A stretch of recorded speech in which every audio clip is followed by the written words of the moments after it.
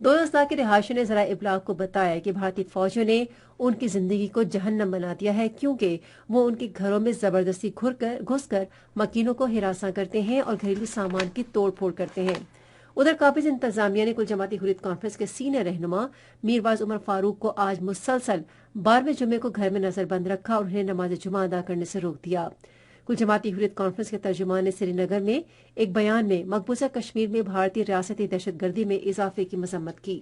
انہوں نے کہا کہ بھارت کشمیریوں کو ان کے بین الاقوامی طور پر تسلیم شدہ حق خود ارادیت کا مطالبہ کرنے پر سزا دے رہا ہے۔ انہوں نے عالمی برادری پر زور دیا کہ وہ کشمیریوں پر ڈھائے جانے والے مظالم پر بھارت کا محاسبہ کرے۔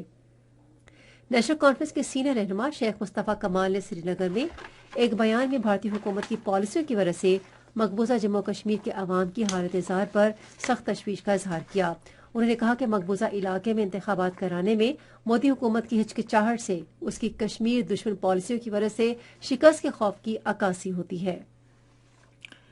چین نے انسداد دہشت گردی کے بارے میں بھارت کو دوہرے معیار کی بھرپور مخالفت کی ہے۔ خطے خصوصاً بلوچستان میں دہشت گردی کی کارروائیوں میں بھارت کے ملوث ہونے کے بارے میں ایک سوال کے جواب میں چین کی وزارت خارجہ کے ترجمان ماؤننگ نے ان کارروائیوں پر شدید تشویش کا اظہار کرتے ہوئے ان کی مذمت کی۔ انہوں نے کہا کہ دہشت گردی انسانیت کی مشترکہ دشمن ہے اور چین انسداد دہشت گردی کے حوالے سے دوہرے معیار کی شدید مخالفت کرتا ہے۔ ترجمان نے کہا کہ دہشت گرد گروہوں کی حمایت، ان کا استعمال اور علاقائی اور بین الاقوامی سلامتی کو داؤ پر لگا کر خود غرضانہ مفادات کے لیے ان کی سرپرستی کرنے سے کوئی فائدہ حاصل نہیں کر سکتا، بلکہ اسے سرپرستی کرنے والوں کو ہی نقصان ہوگا۔ ماؤننگ نے کہا کہ چین ہر طرح کی دہشت گردی سے مشترکہ طور پر نمٹنے کے لیے تمام ممالک کے درمیان انسداد دہشت گردی کے لیے تعاون کی حمایت کرتا ہے۔ بھارت میں بھارتیہ جنتا پارٹی اور دیگر انتہا پسند گروہوں کی جانب سے سرگرم گاؤں رکشکوں سمیت ہندو انتہا پسندوں کو اعلیٰ سیاسی مناصب دیے جا رہے ہیں۔ آئندہ سال ہونے والے انتخابات سے پہلے کئی انتہا پسند گاؤں رکشک مقامی سیاست میں شامل ہو گئے ہیں۔ سماجی کارکنوں کا کہنا ہے کہ ووٹرز ان کی مذہبی وابستگی پر اعتماد کرتے ہیں اور سیاسی جماعتیں ان کی حمایت کو پسند کرتی ہیں۔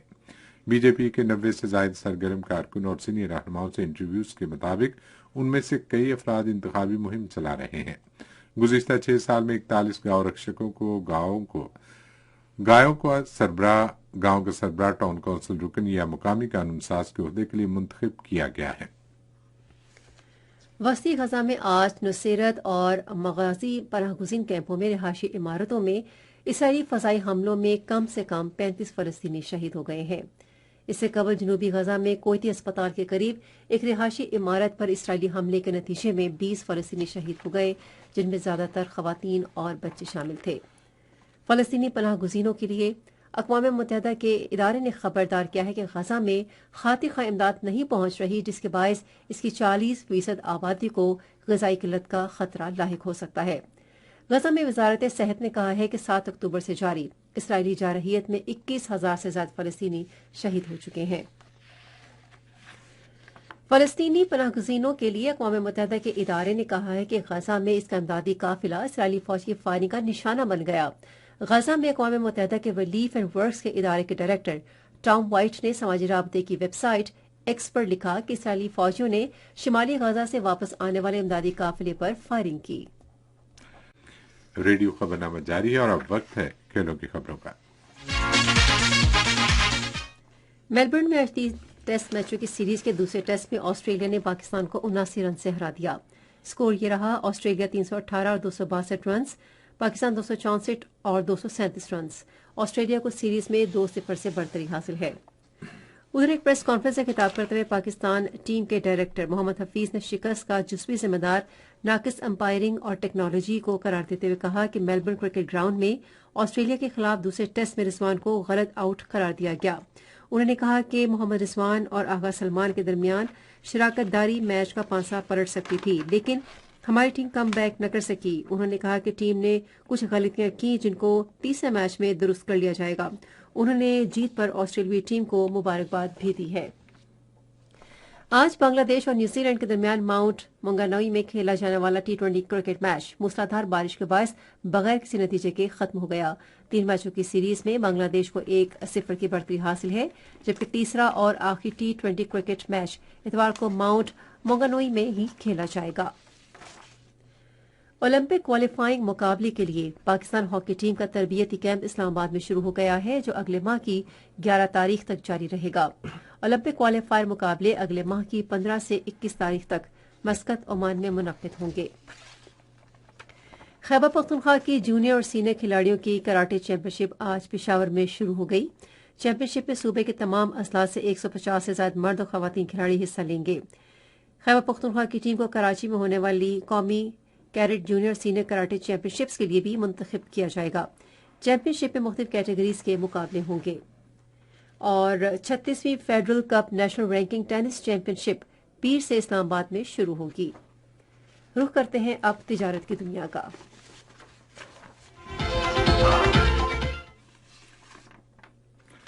جرمنی کے قونصل جنرل ڈاکٹر رودرلوس نے آج کراچی کے ایوان صنعت تجارت کا دورہ کیا اور ایوان صنعت تجارت کے صدر افتخار احمد شیخ سے ملاقات کی۔ اس موقع پر جرمنی کے قونصل جنرل نے کہا کہ 85% کے قریب جرمنی کی پاکستان کی برآمدات ٹیکسٹائل مصنوعات پر مشتمل ہیں۔ انہوں نے کہا کہ موجودہ تجارتی حجم مزید بہتر بنانے کے لیے جرمنی کے لیے پاکستانی برآمدات کو متنوع کرنے کی ضرورت ہے۔ کراچی کے ایوان صنعت تجارت کے صدر احمد شیخ نے کہا ہے کہ 1951 سے پاکستان اور جرمنی کے برادرانہ تعلقات ہیں اور دونوں ممالک اپنے سماجی، سیاسی اور اقتصادی تعلقات کو مزید مستحکم کرنا چاہتے ہیں۔ صنعت تجارت اور پیداوار کے نگران وزیر ڈاکٹر گوہر اعجاز نے معیشت کی بحالی میں حکومت کے عزم کا اعادہ کیا ہے۔ وہ کراچی میں تاجر برادری کے ایک وفد کے ساتھ ہونے والے ایک اجلاس کی صدارت کر رہے تھے۔ نگران وزیر نے کہا کہ خصوصی سرمایہ کاری سہولت کونسل کے اقدامات کے ذریعے ملک میں صنعت کاری کے ایک نئے دور کا آغاز کیا جائے گا۔ ڈاکٹر گوہر اعجاز نے کہا کہ خصوصی سرمایہ کاری سہولت کونسل خلیج تعاون کونسل کے ممالک اور چین کے ساتھ بھرپور طریقے سے کام کر رہی ہے، جس کے باعث پاکستان میں ایک بڑی غیر ملکی سرمایہ کاری متوقع ہے۔ پاکستان اسٹاک ایکسچینج میں آج تیزی کا رجحان دیکھا گیا۔ KSE 100 انڈیکس 398 پوائنٹس کے بعد مارکیٹ کے اختتام پر 62,451 پوائنٹس پر بند ہوا۔ مجموعی تجارتی حجم 590 ملین سے زائد حصص ریکارڈ کیا گیا، جبکہ کل 676 ملین سے زائد حصص کا لین دین ہوا تھا۔ آج کی الیکٹرک کمپنی کے سب سے زیادہ 141 ملین سے زائد حصص کا کاروبار ہوا۔ آج مجموعی طور پر 359 کمپنیوں کے حصص کا لین دین ہوا، جس میں سے 207 کمپنیوں کے حصص کی قیمتوں میں اضافہ، 130 میں کمی، جبکہ 22 کمپنیوں کے حصص کی قیمتوں میں استحکام دیکھا گیا۔ نیسلے پاکستان کمپنی کے حصص کی قیمتوں میں سب سے زیادہ 203 روپے کا اضافہ، جبکہ یونیلیور کے حصص کی قیمتوں میں 99 روپے کی کمی ہوئی۔ نیشنل بینک کے اعلان کے مطابق روپے اور دیگر غیر ملکی کرنسیوں کے درمیان شرح تبادلہ کچھ اس طرح رہی۔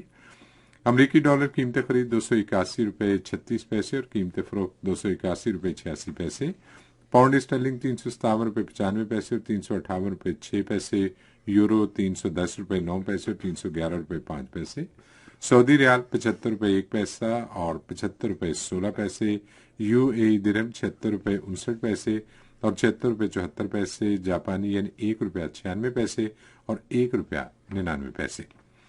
آج کراچی میں 10 گرام سونے کی قیمت 1,88,700 روپے رہی۔ کراچی پورٹ ٹرسٹ پر گزشتہ 24 گھنٹے کے دوران 93,090 میٹرک ٹن سامان کی نقل و حمل ہوئی، جس میں سے 44,065 میٹرک ٹن برآمدی اور 49,025 میٹرک ٹن درآمدی سامان شامل تھا۔ اور اب سنتے ہیں فن کی دنیا سے کچھ خبریں۔ پاکستان کے معروف کلاسیکی گلوکار استاد چھوٹے غلام علی خان کی آج 37ویں برسی منائی گئی۔